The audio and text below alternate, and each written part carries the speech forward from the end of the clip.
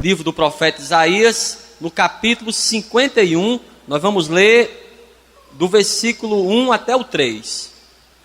Ouve-me, vós, que seguis a justiça, que buscais ao Senhor. Olhai para a rocha de onde fostes cortados, e para a caverna do poço de onde fostes cavados. Olhai para Abraão, vosso pai, e para Sara, que vos deu a luz, porque sendo ele só, eu o chamei e o abençoei e o multipliquei. Porque o Senhor consolará a Sião, e consolará a todos os seus lugares assolados, e fará o seu deserto como Éden, e a sua solidão como o jardim do Senhor. Gozo e alegria se acharão nela, ações de graças e voz de melodia. Amém? É isso que você leu também? Então eu vou ler pela segunda vez só o versículo 2. Ele diz assim: olhai para Abraão vosso pai, e para Sara, que vos deu a luz, porque sendo ele só, eu o chamei e o abençoei e o multipliquei. Amém? Coloca a tua Bíblia agora sobre o teu assento, fecha os teus olhos, coloca as tuas mãos sobre o teu coração e fale para Deus agora, com as tuas próprias palavras, o que você veio buscar na casa do Senhor nessa noite. Fale para Deus como está o teu coração, entrega agora a tua ansiedade, a tua preocupação, aquilo que você ainda tem para resolver nesse dia, nessa semana. Se abra agora na presença de Deus e fale para Deus que você está aqui para glorificar o nome dele. Senhor, meu Deus e meu Pai, a tua palavra foi lida e vai ser pregada agora. Vai de encontro a cada vida que está aqui. Tira todo impedimento, toda barreira e fala de uma forma poderosa, no nome de Jesus, e que assim seja. Graças a Deus. Vamos aplaudir bem forte. Mas vamos aplaudir bem forte. Aplauda bem forte a palavra de Deus. Aplauda forte. Diga graças a Deus. Diga glória a Deus. Amém, igreja? Toma o teu assento, toma o teu assento. Agora sim você pode sentar. Eu quero que você olhe bem nos olhos dessa pessoa que está do teu lado e fale assim para ela: não converse comigo. Tá bom? E você também não converse com essa pessoa. Deus, ele tinha promessas para o seu povo. Ele fala aqui no versículo 3: porque o Senhor consolará a Sião, e consolará a todos os seus lugares assolados. E o principal, e fará o seu deserto como o Éden.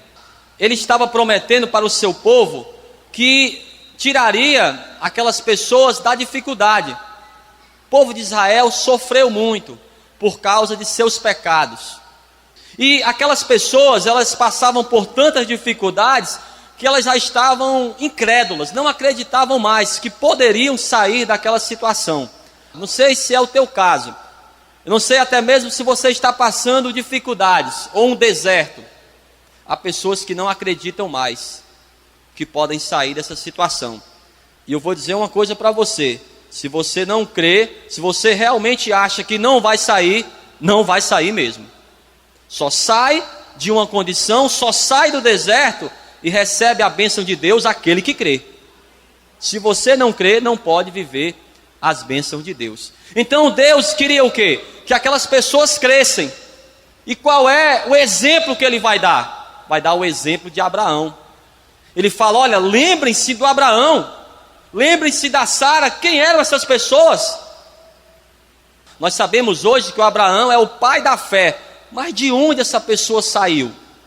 Por que que ele era, naquela época, há milhares de anos atrás? Porque o livro do profeta Isaías foi escrito muito antes da época de Jesus Cristo.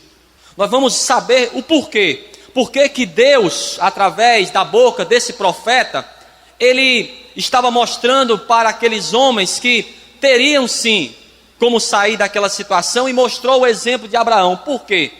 Ele usou esse exemplo. Nós vamos compreender tudo isso nessa noite, amém? Vamos lá para o livro de Gênesis, onde esse homem nasceu, de onde ele veio. Capítulo 11 aí, livro de Gênesis, procure aí. Gênesis é fácil de encontrar porque é o primeiro livro da Bíblia. Gênesis capítulo 11, versículo 26. Ele era filho do Tera. Vamos ver aqui, 11, 26. entender algumas particularidades da vida desse homem. Por que que ele é conhecido como referencial? Por que que esse homem é o pai da fé? Era o exemplo para o povo de Israel e era o exemplo também para o povo de Cristo. Claro e óbvio que o nosso maior exemplo, quem é, amados? Quem? É Jesus Cristo. Jesus Cristo é superior e muito a Abraão, porque Jesus Cristo é o Filho de Deus. Mas vamos ver aqui, capítulo 11, versículo 26. E viveu Tera 70 anos e gerou a Abrão. Está vendo, amados? Que o nome dele ainda não era Abraão, era só o Abrão, que significa, anote aí, se você puder anotar na tua Bíblia, Pai exaltado. Então o nome do Abraão antes era Abrão, Pai exaltado. Viveu Tera 70 anos e gerou a Abrão, a Naor e a Harã. E estas são as gerações de Tera. Tera gerou a Abrão, a Naor e a Harã. E Harã gerou a Ló. Quem não se lembra do Ló, que era o sobrinho do Abraão? Do Abrão, até esse momento aqui ele ainda era o Abrão. O Harã, irmão do Abraão, morreu, e quem criou o Ló foi o Abrão. E a Bíblia diz assim no versículo 28: E morreu Harã, estando seu pai Tera ainda vivo, na terra do seu nascimento, em Ur dos Caldeus. Foi onde Deus chamou Abrão, Ur dos Caldeus. Numa região chamada Caldeia. Ela já era conhecida e a cultura dela, ela tinha mais tempo do que Egito, Assíria, Fenícia e Grécia. A cultura desse povo já era conhecida. Ur dos Caldeus. Quando fala Caldeus, você se lembra de quem? De quem? Todo mundo de uma vez? Não. Os babilônios. Mas o caldeu era simplesmente uma pessoa que morava em uma dessas regiões da Caldeia. E uma dessas cidades, um desses países era a Babilônia, uma das mais conhecidas. Os historiadores dizem que essa região, amados, era muito fértil naquela época, porque ela ficava entre os rios Tigre e o rio Eufrates. Naquela época, porque hoje essa região é totalmente deserta. É a Mesopotâmia. Vamos ver aqui algo mais. Nós vamos conhecer um pouco desse homem. Por que que ele é conhecido como o pai da fé? E por que que o próprio Deus o tinha como referencial? Será que as pessoas que conhecem você entendem que você é um referencial de cristão? Nós devemos ser, sim. Se alguém for falar de cristão na tua rua, se alguém for falar de uma pessoa que dá bons exemplos, você tem que ser a primeira pessoa. Não pode ser um mau referencial. Esse homem aqui era conhecido como um bom referencial. Um exemplo. Olha aqui, capítulo 7 do livro de Atos, versículo 2. Diz assim: E ele disse: Varões, irmãos e pais, ouvi, o Deus da glória apareceu a Abraão. Está vendo aqui? Já tem Abraão. E Abraão, amados, significa pai de uma multidão. Coloque aí. Pai de uma multidão. O Deus da glória apareceu a Abraão, nosso pai, estando ainda na Mesopotâmia, antes de habitar em Harã. Ur dos Caldeus, Mesopotâmia, Babilônia, é tudo uma região só. Então, o Abraão, amados, ele saiu da Babilônia. Ele era um babilônio, mas tem algo importante também na vida dele. Vamos voltar para o livro de Gênesis, capítulo 11, versículo 30. Tem algo a mais para falar aqui da vida dele, para você entender como essa pessoa é um referencial, saindo da Babilônia. Capítulo 11, versículo 30. Olha como é importante isso aqui também, amados. Quem já encontrou? 11:30. Diz assim: E Sarai foi o quê? Estéril e não tinha filhos. Sarai, amados, a esposa do Abraão, que no futuro seria a Sara, esse nome aqui significa princesa. Então, outra particularidade do Abraão, ele nasceu nessa cidade de Ur dos Caldeus, nessa região. O pai dele era o Tera, a esposa dele era a Sarai, e a Sarai era o quê? Estéril. Outra coisa importante também sobre Abraão, está no livro de Josué. Josué 24, versículo 2. Diz assim: Então Josué disse a todo o povo: Assim diz o Senhor, Deus de Israel: Da além do rio, antigamente, habitaram vossos pais, Tera, pai de Abraão e pai de Naó, e serviram a outros deuses. O que é que simboliza isso? Que a família de Abraão era uma família idólatra.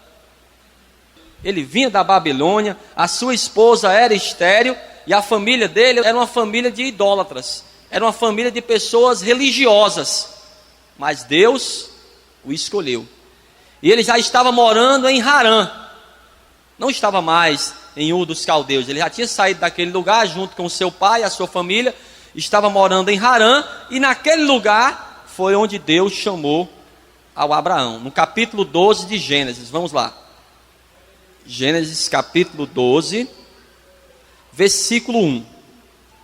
Esse versículo aqui, eu acho que você já está careca com respeito aqui ao amado Amaral, você já está careca de ler, né? Mas é muito importante isso aqui. Com respeito aos irmãos, nosso amado pastor André ali também.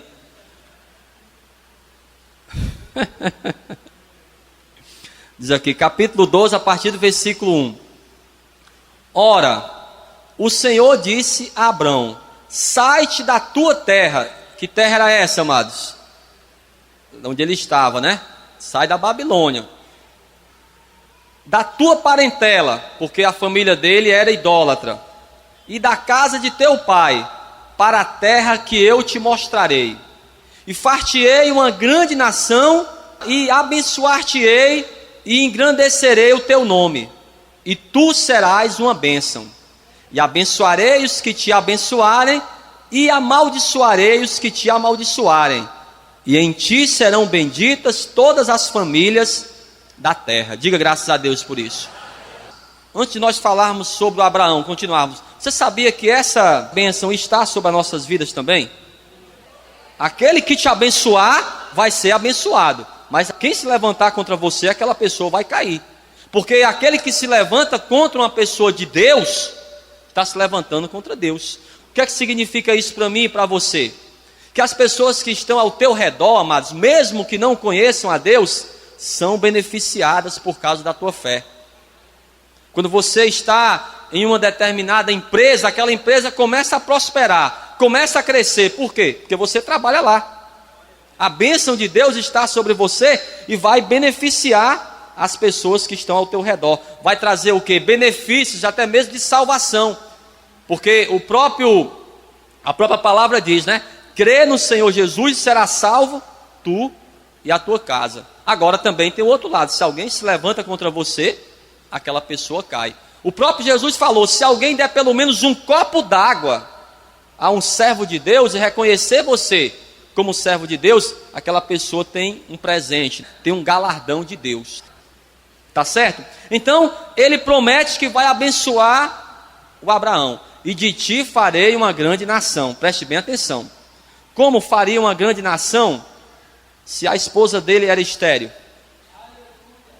Por isso ele lembrou aquele povo: olha, lembra do Abraão.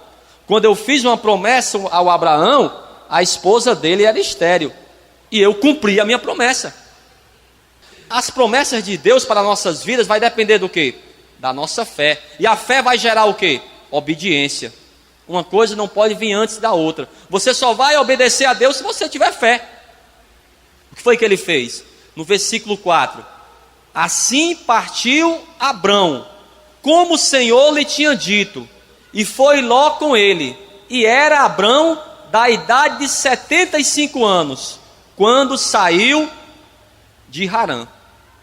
75 anos que ele conviveu junto com a sua família. Seria fácil? Às vezes as pessoas que estão ao nosso redor, elas são incrédulas. Não é que o Abraão desprezou a sua família, nada disso. Porque quando você é um servo de Deus e você ora pela tua casa, Deus faz a obra também. Mas seria necessário nesse momento, porque a promessa é para o Abraão e a partir dali Deus faria grandes coisas e abençoaria o mundo.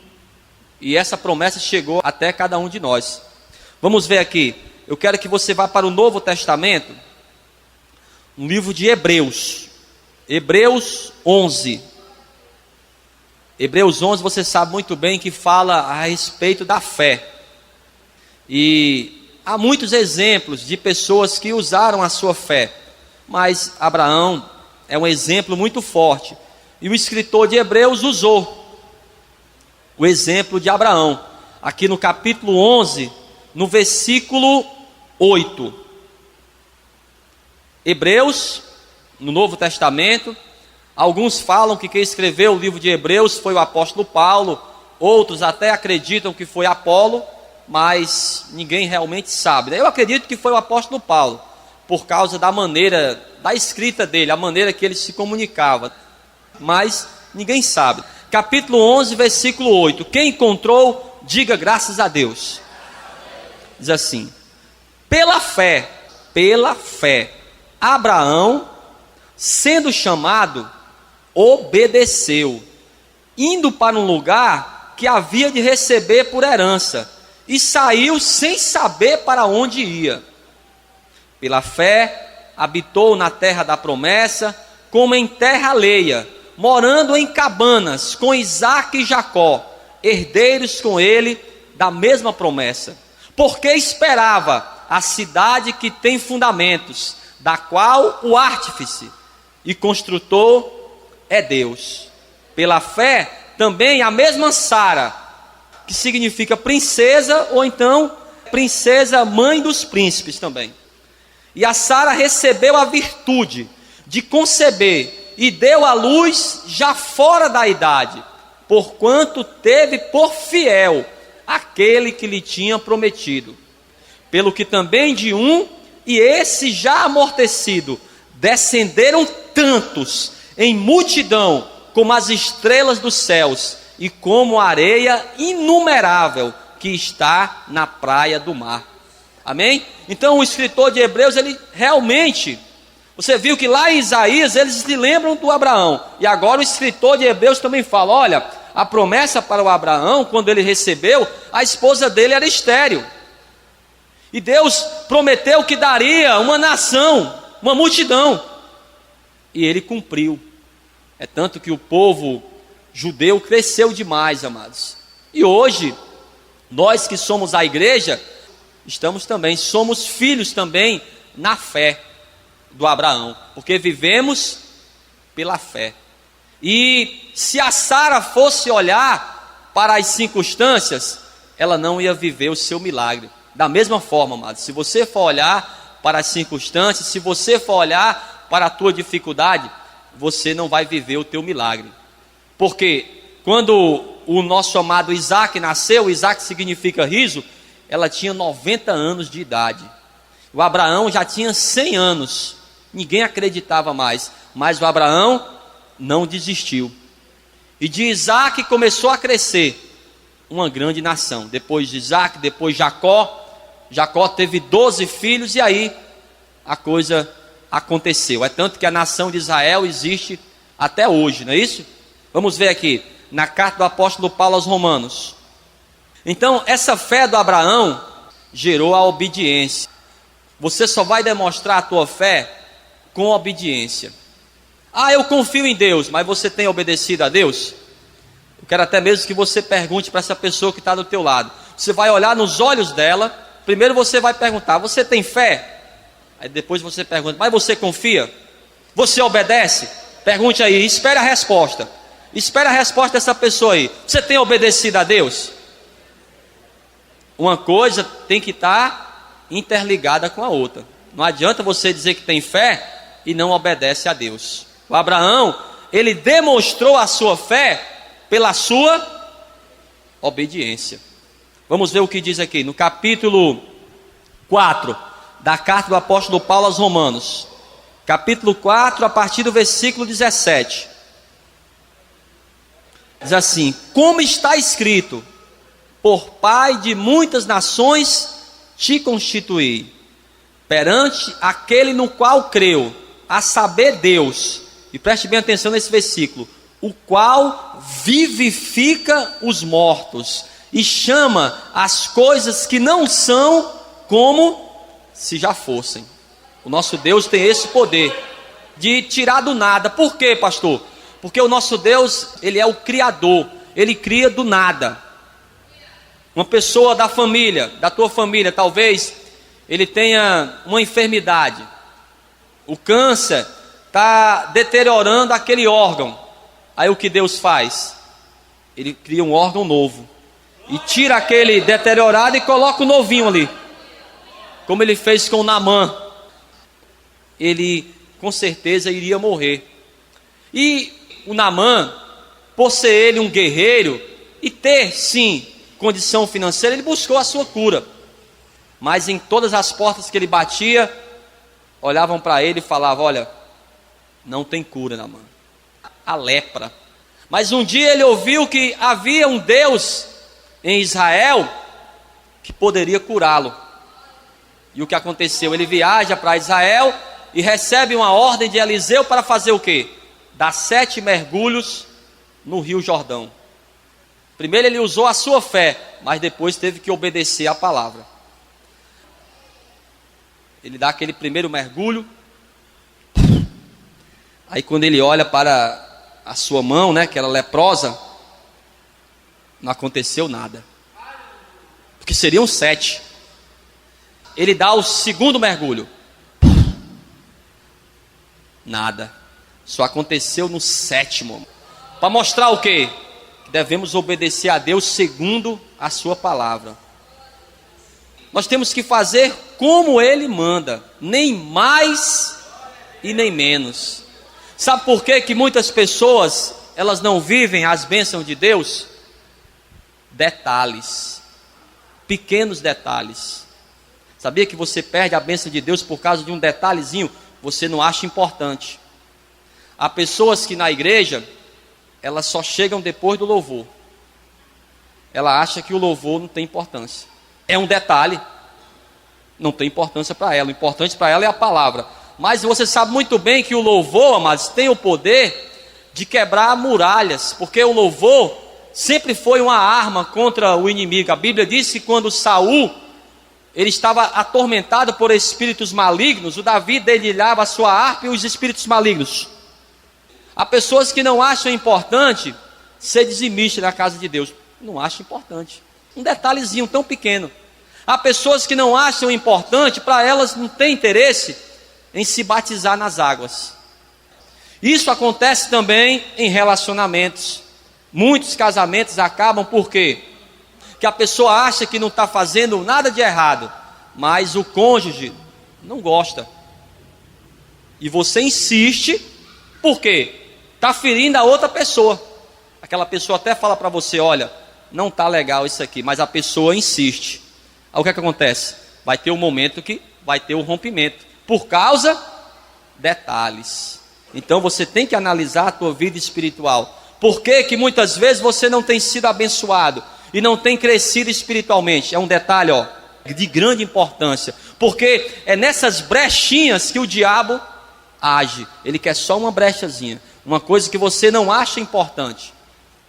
O jejum e a oração é muito importante. É uma arma espiritual. O próprio Jesus, o Filho de Deus, declarou: olha, há castas de demônios que só saem com oração e jejum. E por que você não acha importante isso?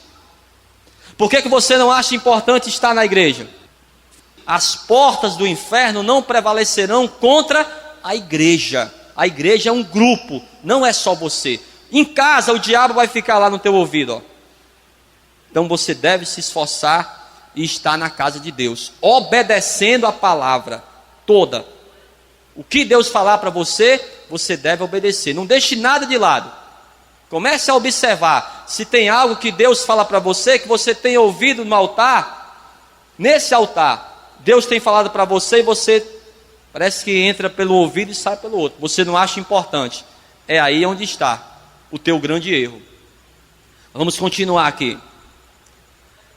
O qual, versículo 18, o qual em esperança creu contra a esperança, que seria feito pai de muitas nações, conforme o que lhe fora dito: assim será a tua descendência.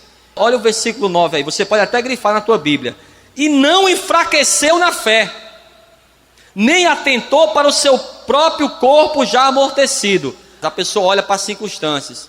Ele não enfraqueceu na fé e não olhou para o seu próprio corpo. Quando ele falava, amados, que teria um filho, que seria pai de uma grande nação, aí falavam o que para ele? Vai se aquietar, Abraão. Olha a tua idade aí, rapaz. Mas ele creu. Ele sabia que Deus era poderoso.